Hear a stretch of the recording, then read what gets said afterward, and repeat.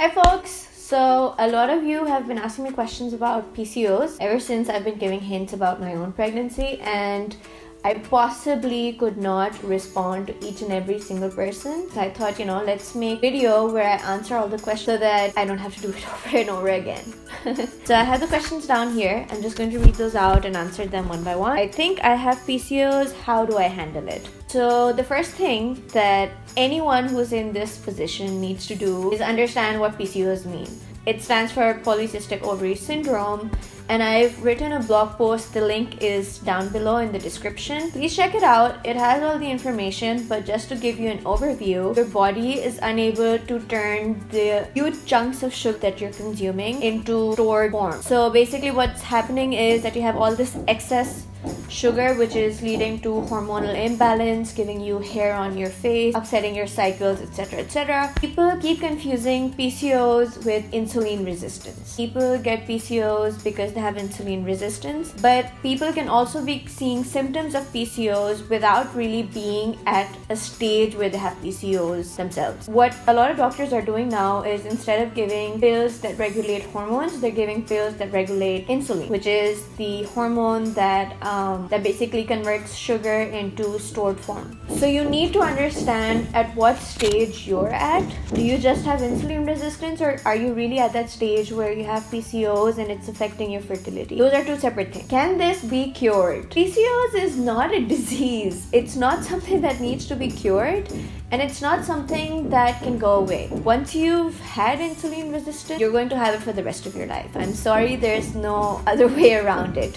You can't take pills for 3 months and then it's going to get fixed and everything will be fine. It doesn't work like that. Only way you can control this is basically through lifestyle changes. Please read the blog post that I've written. The link is in the description. It has all the information that you need about what kind of lifestyle changes you need to make. Next question. Am I going to have any fertility problems when I get married? Not everybody who has insulin resistance has PCOS. And again, maybe your PCOS hasn't gone that far where you're having issues with fertility. That's like an extreme case. Most people show symptoms of PCOS, or like I said, insulin resistance, through acne, hair loss, weight gain, excessive oiliness. Those are all symptoms of PCOS, but they don't have any issues with fertility whatsoever. And if you do even have PCOS and fertility issues, if you make those lifestyle changes and you control your condition and you lose weight, you actually can move back to being able to have no issues with your fertility. Another question that I got was that people were saying that they were walking daily and it was not affecting their weight, and they were still having issues with being able to control symptoms of their condition.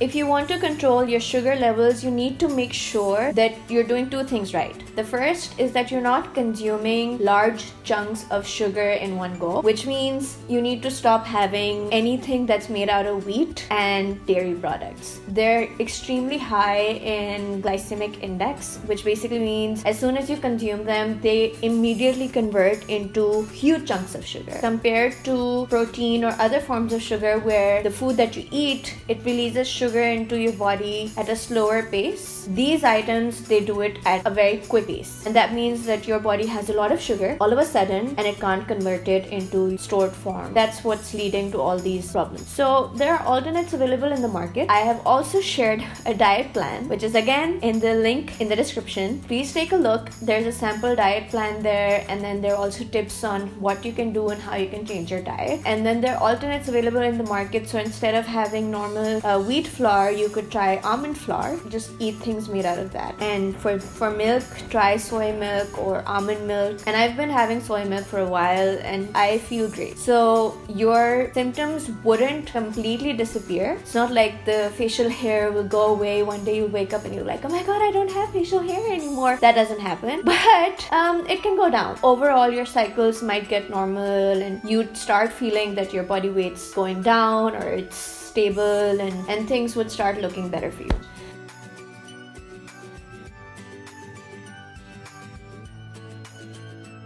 Alright, the next question was, I avoid junk food but nothing's changed. I think I've already talked about this. The diet plan is already there in the description, so take a look. Then I get a lot of these questions about how I conceived and whether I did it with any medication. Just because you have PCOS does not mean that you cannot conceive. There are a lot of women out there, and honestly लगता है इससे जैसे हर दूसरी लड़की को ना आजकल PCOS है. And a lot of that has to do with what we're eating and the lifestyle that we have. Like, we're not working out and we're just eating trashy food, burgers and pizzas, and all of these things have wheat and cheese and they're high in sugar, right? It's not so surprising that a lot of women are going through this condition now, but that doesn't mean that they've all got infertility. So you need to really know where your condition is, and if you haven't been able to conceive for many years, then there are two things that I can advise. The first is, please see a doctor. I'm not a doctor. I cannot tell you what medication to take. I cannot advise you because that has not been my experience, so I don't know what would work. The second thing is, make the lifestyle changes. I mean, I have known that I have PCOS for many years, so I have been constantly working on my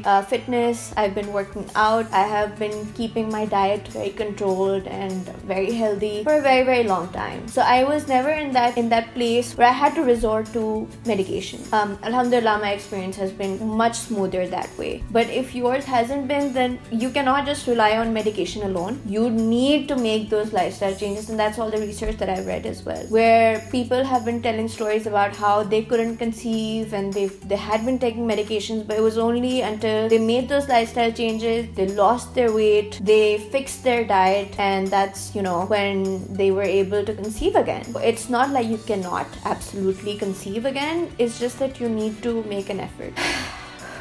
Okay, so this was a quick and short video. I hope this was helpful, and I hope that this answers most of the questions that you girls have.